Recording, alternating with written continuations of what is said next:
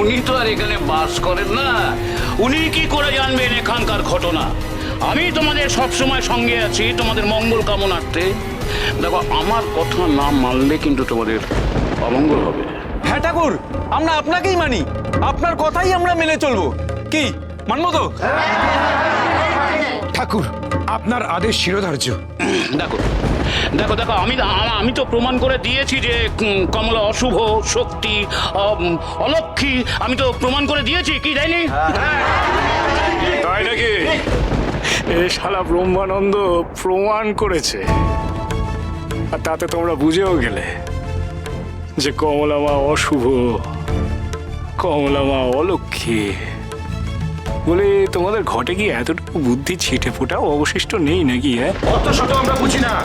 ব্রহ্মানন্দ ঠাকুর যখন বলে দিয়েছেন তখন তার কথাই আমরা মানব। উনি যখন থামো তোমরা। ওদের থামাতে পারবেন না বামদেব।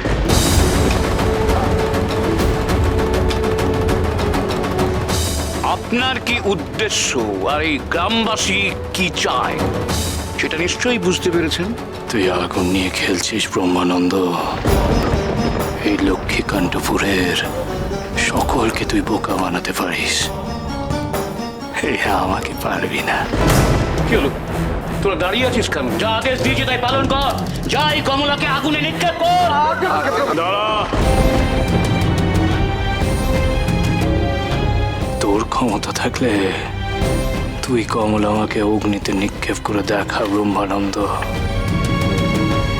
তুই বলেছিস যে কমলা মা অলক্ষী, তুই বলেছিস যে কমলা মা অশুভ, তুই গ্রামবাসীদেরকে ভুল বুঝিয়েছিস ব্রহ্মানন্দ।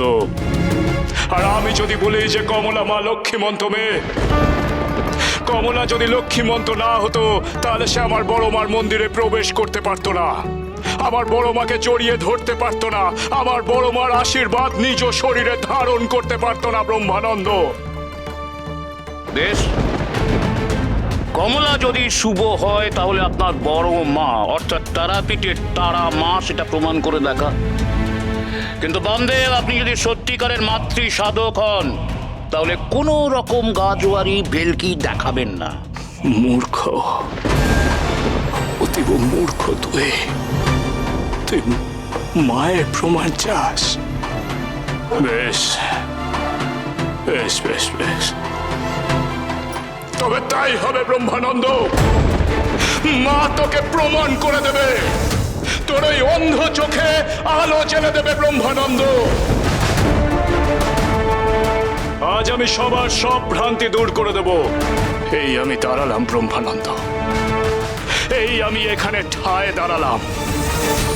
আমি কিচ্ছু করব না, আমি নড়ব, তবে দেখবো যে তুই কেমন করে কমলা মাকে ওই অগ্নিকুণ্ডে নিক্ষেপ করিস। বামদেব যে জোরের সাথে বিশ্বাসের সাথে কথাগুলো বলছে তাতে তো আমার মনের জোর কমে যাচ্ছে। না, কিন্তু তা প্রকাশ করা যাবে না। আমি যে ভেতরে ভেতরে দুর্বল হয়ে পড়েছি তা বোঝানো যাবে না।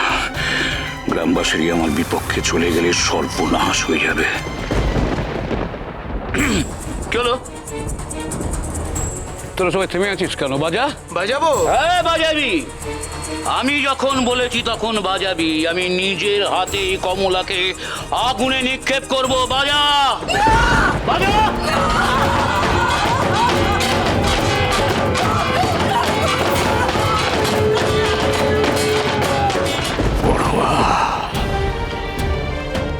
বড় মারে, আমি জানি তুই যেমন ভাবে সকলকে রক্ষা করিস, বিপদ থেকে উদ্ধার করিস, ঠিক তেমনই ভাবে কমলা মাকে আজ উদ্ধার করবি রে মা।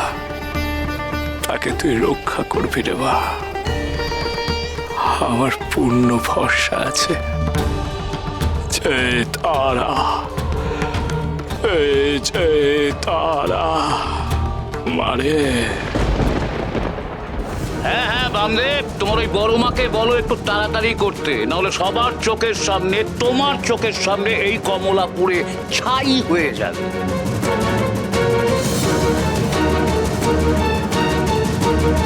কমলার মতো নিষ্পাপ নিষ্কলঙ্ক মেয়েকে অগ্নিদেব কিছুতেই স্পর্শ করতে পারে না।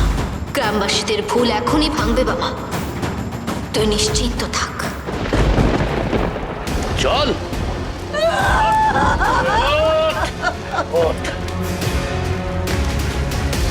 আমার বড় মায়ের নাম জপ কর রে মা, আমার বড় মায়ের নাম নে রে মা, বল রে মা, জয় মা তারা জয়, বল রে মা। জয় মা তারা।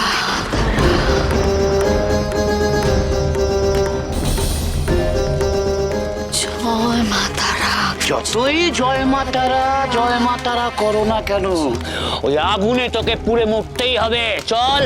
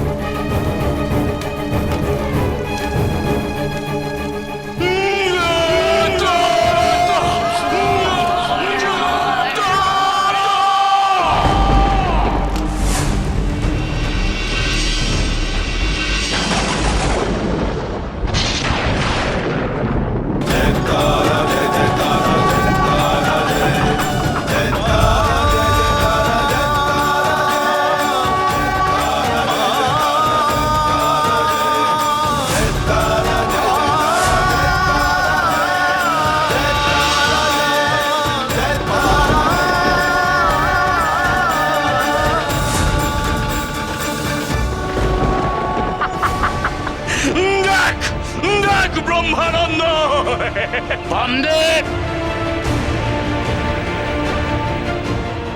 কমলা, কমলা, কমলা, মারে আমার, কমলা, ও কমলা।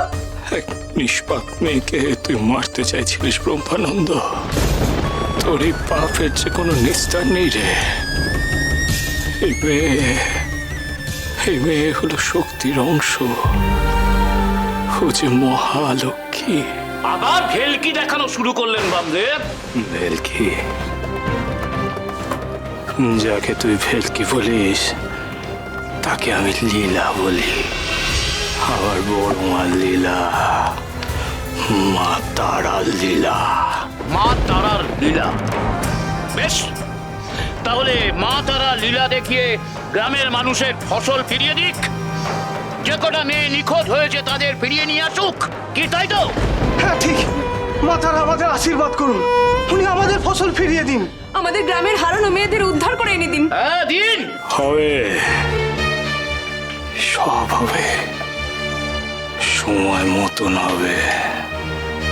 তবে তার আগে তোদের চোখের ঠুলিগুলো খুলে দি, কোনটা শুভ কোনটা অশুভ তার সাথে পরিচয় করিয়ে দিয়ে দে। আমি কমলা মাকে আজ মাতৃরূপে পুজো করব। মারে ওর দেখি মা। জয় তারা, জয় তারা, তারা তারা মারে। ওরে মা, ওর দেখি।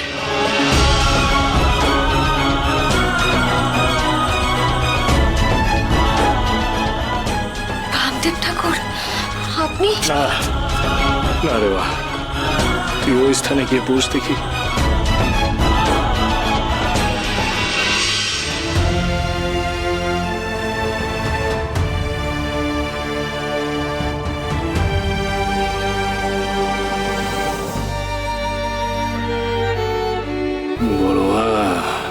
প্রত্যালীরপদং ঘোরং মুন্ডমালা বিভূষিতং খর্বং লম্বোদরিং ভীমং ব্যাঘ্রচর্মাবৃতং কটৌ